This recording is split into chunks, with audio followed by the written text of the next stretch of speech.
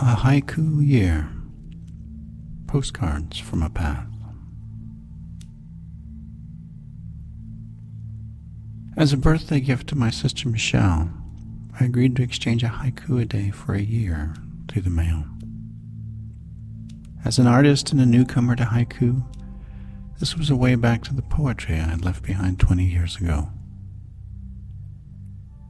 Although at first challenged by the commitment, it was a joyful project for us both, and one of the greatest gifts I have ever allowed myself. The exchange took place between my home in the Appalachian Mountains of Chattanooga, Tennessee, and her suburban condominium in Blackwood, New Jersey.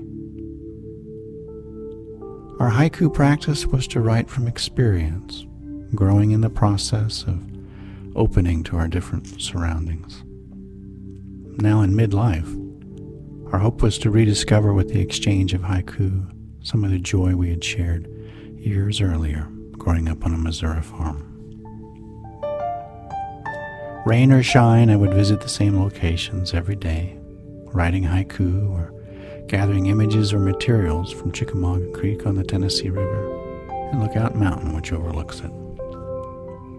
There was a 100-year flood in the spring, a wedding in Scotland, gunshots and open windows in summer, and winter rain so hard it poured through our aging roof.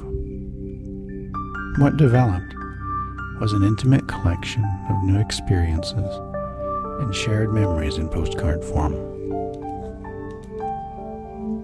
The constant quest produced haiku drafts on bank statements, on brake warranties, business cards, ATM receipts, envelopes, and papers washed with the laundry. Among the visual results are photos, drawings, digital renderings, scans, appropriated images, even rubbings from across the Atlantic. There's ink wash made with the morning's coffee, watercolors with butter stains, tracings, and the occasional portrait of an unwitting sleeper.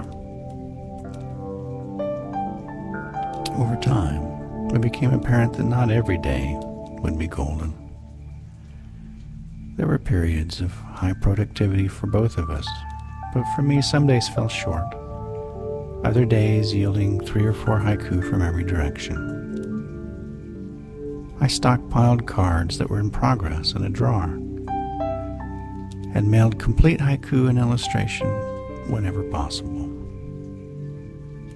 The daily discipline of writing found me working in different ways than ever before. Haiku alone was not always the result, but poetry in other forms as well. Inventories, lists of sounds, familiar poems, rewritten as fill-in-the-blanks, quotes overheard, fragments of dreams.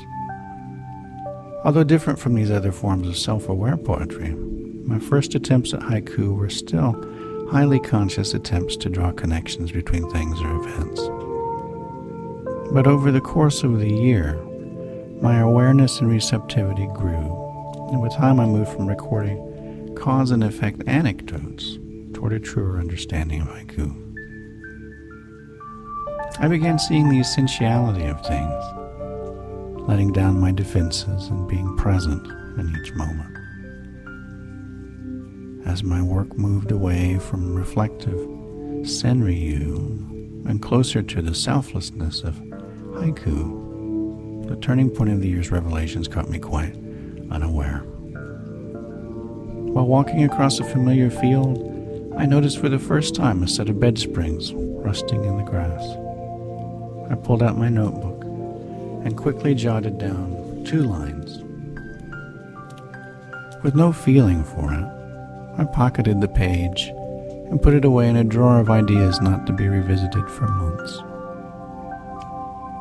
During the holidays, I gathered the group of cards from the drawer and included this haiku in a Christmas present to Michelle.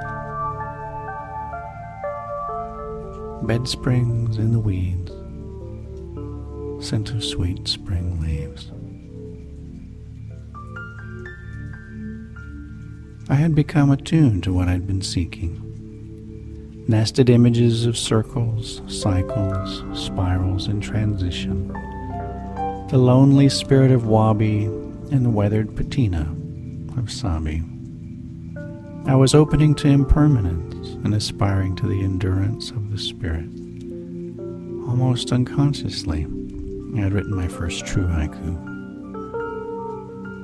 In the course of the year's writings, I moved from seeking inspiration on demand to relinquishing control, and from actively working at seeing connectedness to being connected, to being a vehicle for expression. As my understanding increased, so did my joy.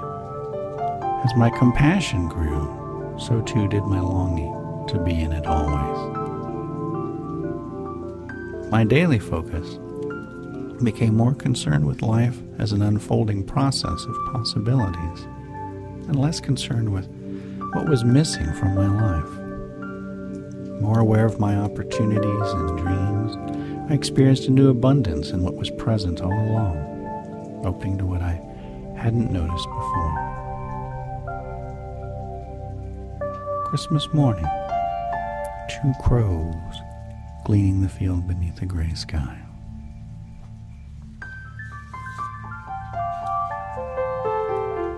The greatest reward of this year has been my awakening beyond the poems themselves. The Haiku Year has been a catalyst for this, and for a redirection toward acts of service. And in giving, I received one of the greatest gifts toward the fulfillment of a lifelong desire. As a result, I now teach art at a wonderful arts magnet school with the happiest young people I have ever known. There, once a year, I present a week-long haiku workshop of spontaneous photography and art. For most students, this is their first experience with haiku. It is my desire to share with them some of the many aspects of experience I feel are possible in haiku, as poetry, as an art form, and as a path to knowing.